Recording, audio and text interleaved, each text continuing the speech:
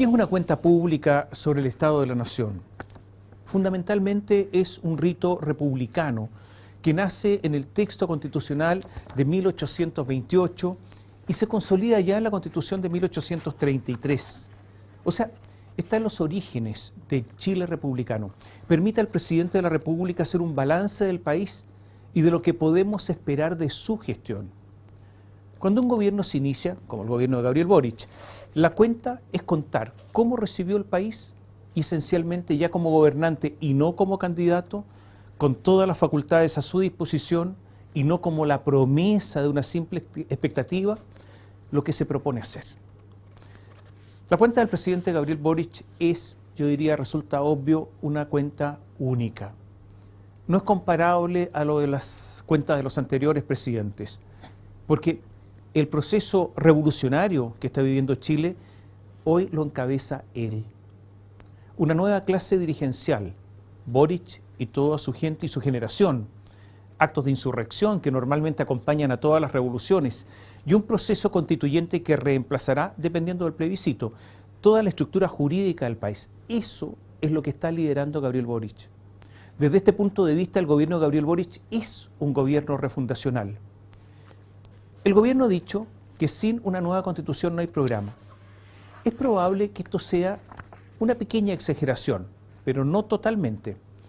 Pero el plebiscito y la nueva constitución han adquirido un aire de gesta, con la izquierda por primera vez, sin necesidad de negociar con la derecha, que tiene la posibilidad de modelar el país a su antojo, consulta plebiscitaria mediante.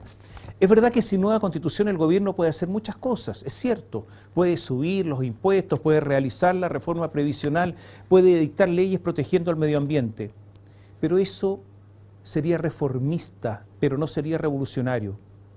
Es el texto que se propone el que permite cambios radicales, profundos, definitivos, en el sentido que establece un régimen que puede durar decenios.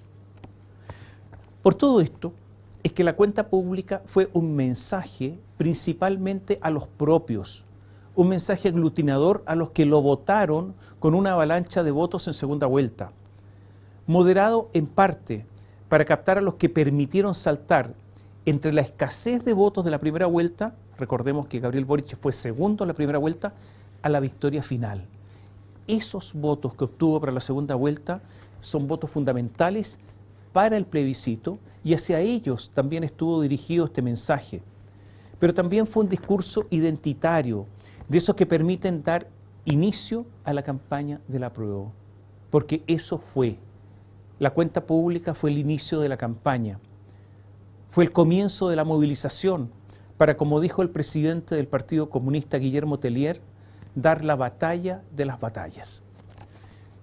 El presidente tuvo un gesto hacia su antecesor. Reconoció las críticas injustas por la política de Sebastián Piñera contra el coronavirus. Recordemos que fue duramente criticado el presidente Piñera por eso. Pocos, digámoslo, pocos en política reconocen lo equivocado de sus actitudes. Los políticos normalmente no reconocen sus errores. Sin embargo, también hay que decir que el reconocimiento de Gabriel Boric es un reconocimiento tardío, que las críticas fueron un útil insumo de campaña cuando ya se sabía que era de lo poco bueno que había hecho el gobierno anterior. Recordemos que hubo incluso una acusación constitucional y que Isquia Siches, desde su cargo de presidenta del Colegio Médico, trató de infelices a las autoridades sanitarias del anterior gobierno y que el actual subsecretario de Salud, Cristóbal Cuadrado, dijo que Jaime Mañalich era un asesino por crear el pase de movilidad.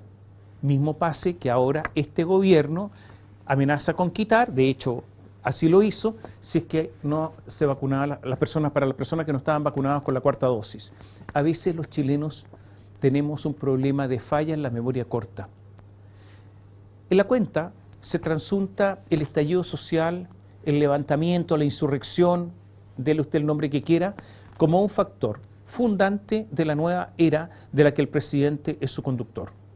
Por esa razón dijo que se iba a perseguir a los responsables de las personas que combatieron el atentado cometiendo delitos a los derechos humanos, atentados a los derechos humanos, autoridades de gobierno, Y en las horas siguientes, ahora, dijo que iba a entregar todos los antecedentes además al Ministerio Público. Recordemos además que Gabriel Boric, siendo diputado, votó por destituir a Sebastián Piñera. Esta es la razón. El estallido como piedra angular, que en el discurso no hubo ninguna mención a los que fueron víctimas del estallido, a los que fueron víctimas de los robos, de los asaltos, de propiedades quemadas, incluso de agresiones, a los que destruyeron bienes públicos como el metro. Esa omisión ocurre porque hay una gratitud a los que efectuaron esos actos y los otros son simplemente, digámoslo así en términos militares, víctimas colaterales. Y esa es la razón por la que el gobierno sigue trabajando además en un indulto para todas esas personas. El presidente justificó en este discurso la aplicación del estado de emergencia en la macrozona sur, al que se había negado hasta hace poco. Pero no hubo ninguna mención a lo que ocurrirá si la Constitución es aprobada, ya que no contempla el estado de emergencia. Como George Jackson, el todopoderoso ministro, ha dicho que le gusta todo el texto que se propondrá, no sabemos, porque no se dijo, cómo se enfrentará la CAM de Héctor Yaitul sin estado de excepción constitucional. Esto fue una de las cosas misteriosas que quedaron en la cuenta pública. Se dijo que se combatirá la violencia y que se combatirá el crimen, la inseguridad pública, la delincuencia. Y se habló de aumento de carabineros, de aumento de medios para la policía, algo que realizan prácticamente todos los presidentes en sus cuentas. Pero también se dijo que se van a prohibir todas las armas en manos de los particulares. Se acabaron las armas. O sea, a la gente honesta se le impedirá tener armas. Y como los delincuentes las tienen igual, porque hoy la ley prohíbe tener armas en forma ilegal y los delincuentes las tienen igual, el resultado es que los honestos no podrán defenderse. Y como los delincuentes andan y andarán armados, en la práctica se terminará, en los hechos, fácticamente, se terminará el derecho a la legítima defensa de las personas honestas.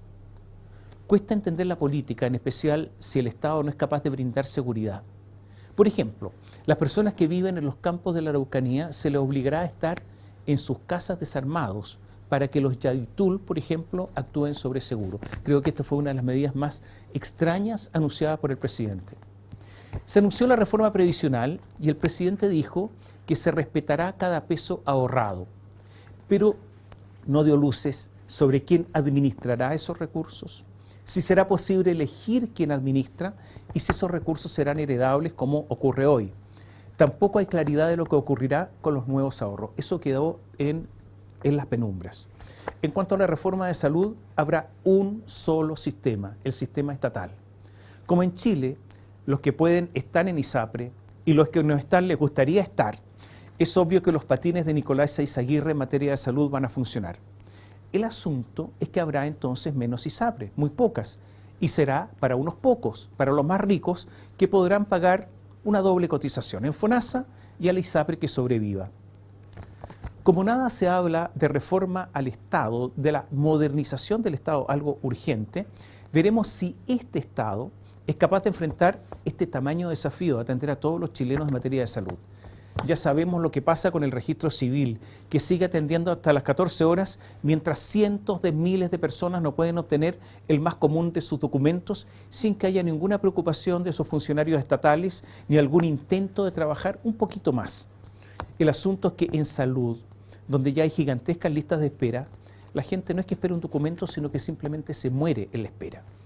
Hubo otros anuncios que son difíciles de cumplir. Por ejemplo, condonar las deudas del CAE y que no se pague en el futuro por esa educación, tiene un costo anual de unos 10.000 millones de dólares. Una cifra enorme. Y la pensión básica universal, de 250.000 pesos, costaría unos 9.400 millones de dólares. Son cifras enormes, los recursos del país simplemente no dan, no sé cómo se van a cumplir esas promesas. Ni siquiera, yo diría, con la reforma tributaria. Porque lo que ocurre es que se van a aumentar los impuestos personales, y eso se anunció, eso es lo que se ha dicho, a los que ya pagan. Y ocurre que impuestos personales solo paga el 18% de las personas, solo el 18%. Se recurre siempre al ejemplo de la OCDE, pero solo cuando conviene. En la OCDE pagan muchas más personas en términos porcentuales. Por eso, si se aumentara el número de personas a pagar, esto provocaría problemas políticos. Por eso no se hace. Así la reforma no tendrá, es muy difícil que tenga los resultados esperados, un aumento de recaudación importante. Más aún, si hay una desintegración del sistema, el aumento de lo que se pagará por tramos, el aumento de las contribuciones, el impuesto ya no a los superricos, sino que a los patrimonios, es posible que el limón se exprima y no dé simplemente más jugo. Eso es lo que puede ocurrir. Naturalmente que en esto hay números y también hay cierto resentimiento a algunos sectores. Todo esto sin perjuicio de que hay muchos que se han enriquecido más allá de toda lógica y ética. El ejemplo reciente de Metrogas es uno más de tantos. Si se suma a esto la jornada de 40 horas en un país como el nuestro, en que la productividad, porque eso es un anuncio del presidente, ¿no es cierto?, jornada de 40 horas, y le van a poner urgencia a la ley.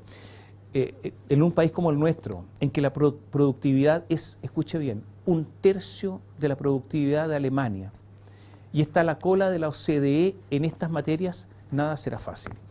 Porque si el número de horas será la de la OCDE, 40 horas más o menos el promedio OCDE, con productividad en el suelo, simplemente el trabajo en Chile será más caro y vastos sectores quedarán excluidos. Yo pienso, por ejemplo,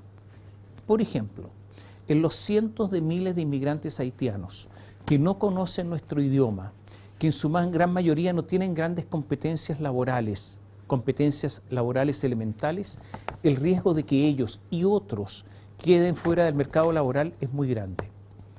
La receta del presidente es más Estado frente a la concentración económica. Habló de la concentración económica y la receta es más Estado, pero es una vieja receta bien fracasada normalmente de la izquierda. Porque si hay más Estado, lo que queda en el mercado privado será concentrado igual. Lo que pasa es que el poder de los grandes incluso será mayor. En vez de obligar a desinvertir, la política del Estado agrega muchas veces más ineficiencia y eso sería todo. En una economía sin ahorro, sin inversión, en que las principales empresas se transan bajo el valor libre en estos momentos, con crecimiento bajo, más impuestos y menos horas laborales, la perspectiva de tener más recursos para el Estado puede convertirse en una simple ilusión. Más aún cuando el entretenimiento de los economistas en estos instantes es costear cuánto cuestan los anuncios gubernamentales, porque el presidente no lo hizo, no dijo cuánto costaban todos sus anuncios. Lo que sí sabemos es que el plan económico para apoyar a los más débiles, ese plan que se llama Chile Ayuda, plan de este gobierno, es de solo 3.700 millones de dólares, equivalente a poco más de 2 meses del IFE. ¿Se acuerda del IFE? Que fue tan criticado por los que hoy gobiernan cuando eran oposición. Eso demuestra simplemente que hay poca plata. En inmigración, en la cuenta pública solo se habló de una aproximación humana a la crisis, de un registro de quienes entran y de mayor prontitud en la respuesta del Servicio Nacional de Inmigración. Algunos, muchos, lo leyeron en clave de una regularización de los que ya están, así de simple. A todo esto, se esperaba que el gobierno de Gabriel Boric tendría, resulta obvio, una mejor relación con Bolivia que la que tuvo Piñera en estas materias, pero no ha sido así. Cada vez que entran personas de Bolivia en forma ilegal, por pasos no habilitados, y nuestro país pretende devolverlos, Bolivia no los acepta en un 93%, se llama reconducción. Igual que con Piñera, en eso no ha habido ningún cambio. Parece que la invitación a Álvaro García Linera al cambio de mando, en esto al menos, no sirvió para nada.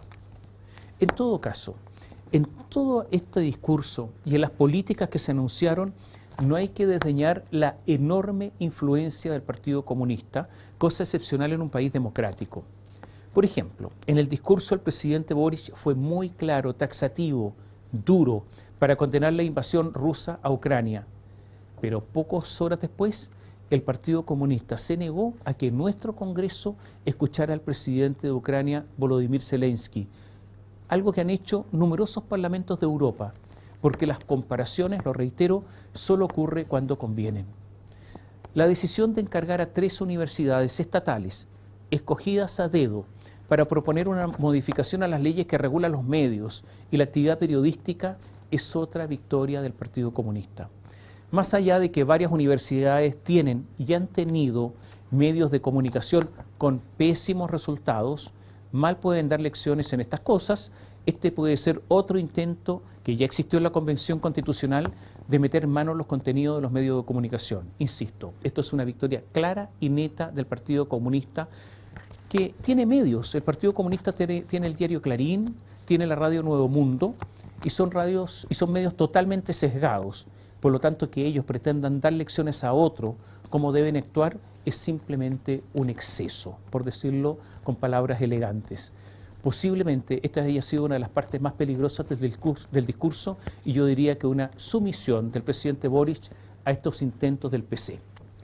Las falencias, las omisiones, los errores que se pueden resaltar en toda cuenta pública, hoy posiblemente importen poco y nada, importen menos.